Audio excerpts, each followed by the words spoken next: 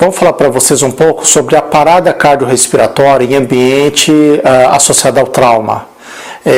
Até 2005, acreditava-se que as medidas de reanimação para esse tipo de paciente eram fúteis, porque acreditava-se que o índice de mortalidade desses pacientes era muito elevado. E provavelmente a chance de um retorno espontâneo da circulação ficaria em torno de 0 a 2,3%. É importante lembrarmos que as principais causas de trauma estão associadas à parada cardiorrespiratória são basicamente o quê? As hemorragias decorrentes desses ferimentos, hemorragias externas e internas, as grandes hemorragias, também a obstrução à passagem do ar, então uma oxigenação pobre, e também situações onde há uma alteração da mecânica respiratória às custas de um pneumotórax hipertensivo. Existem outras causas de possíveis correlações com a parada cardiorrespiratória, como tamponamento cardíaco, entre outras situações de trauma. Não é à toa que a gente recomenda, então, uma abordagem um pouquinho diferente nos casos de parada cardiorrespiratórias associadas ao trauma. Isto por quê? Porque depois de 2005, começou-se a ter uma visão um pouquinho mais criteriosa dos tipos de causas que levavam à parada cardiorrespiratória. E até então, muitas vezes, alguns estudos acabavam associando a morte evidente dentro da estatística e epidemiologia da parada no trauma. E, óbvio, esse paciente ele está morto. Ele não contribui no retorno espontâneo à circulação se você iniciar algum tipo de procedimento. Então, tem que ficar uma coisa muito clara para vocês. Na parada cardiorrespiratória de origem traumática, não se reanima, não se ressuscita nenhum tipo de paciente as quais existem os sinais de morte evidente. Quais são? Rigidez cadavérica, lividez, sinais de deposição ou manchas hipostáticas, decapitação, carbonização, enfim, todas essas situações onde consideramos a morte evidente, não é indicado a reanimação. E nos casos onde você tem a parada cardiorrespiratória, então tem que se seguir um critério. Que critério que é esse?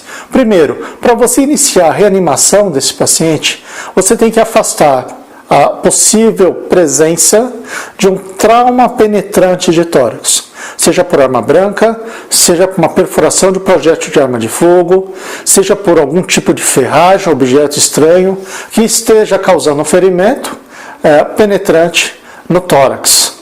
Porque se isso acontecer no pré-hospitalar, e esse paciente estiver com uma parada cardiorrespiratória, você não está devidamente preparado para reanimá-lo, encaminhe o mais rápido possível para o hospital.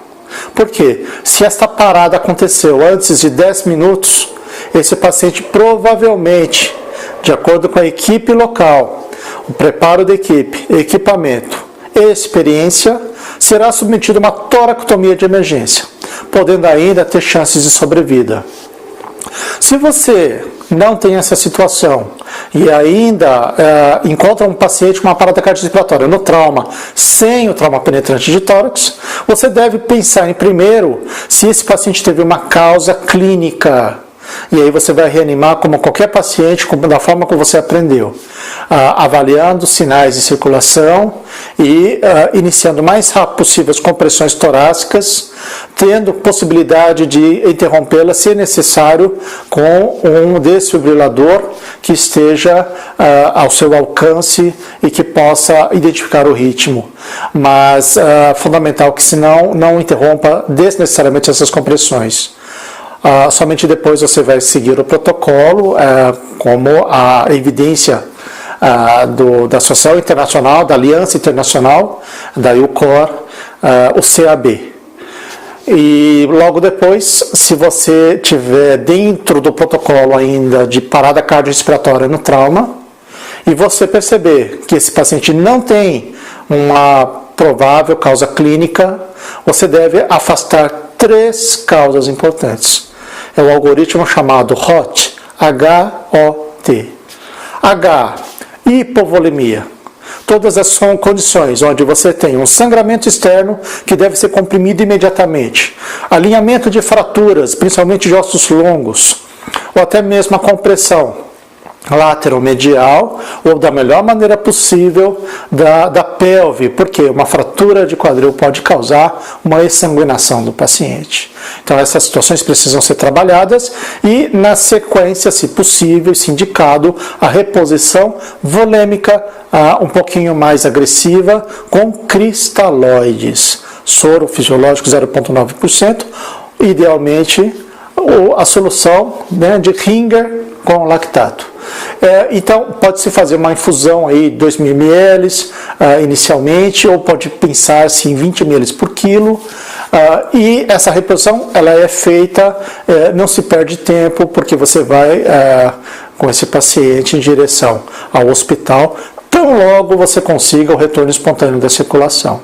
Caso ele não tenha saído nessa situação, você tem que pensar no HOT, oxigenação. Esse paciente tem que ter uma via aérea definitiva, pode ser uma via aérea também avançada, com máscara laríngea ou dispositivo supraglótico, ou até mesmo uma ventilação um pouco menos invasiva, com cânula de Guedel e a utilização de um AMBU, ventilação assistida desse paciente.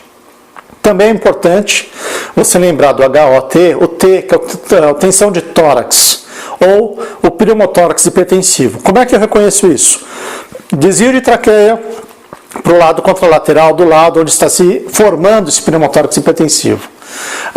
Pode ter estase jugular, mesmo na presença de uma parada cardiorrespiratória, e você, na verdade, na hora que você vai ventilar o paciente, você vai perceber uma assimetria de tórax e até mesmo uma ausculta diminuída ou abolida de um dos lados. Nesse caso, a toracocentese deve ser feita em ambiente pré-hospitalar. E caso isso seja feito durante as manobras de reanimação, esse paciente pode ter o retorno espontâneo da circulação. Se nenhuma dessas manobras tiver sido bem sucedida e você tiver ultrapassado o seu tempo hábil de reanimação, convém pensar em término dos esforços. Agora, se ele tiver o retorno espontâneo da circulação dentro do ambiente pré-hospitalar, encaminhamento imediato para o hospital. Se estiver dentro do hospital, todas as outras técnicas possíveis e necessárias envolvendo uma equipe de cirurgia para a recuperação desse paciente. Desta forma, é possível a gente manter uma sobrevida um pouquinho melhor desse paciente.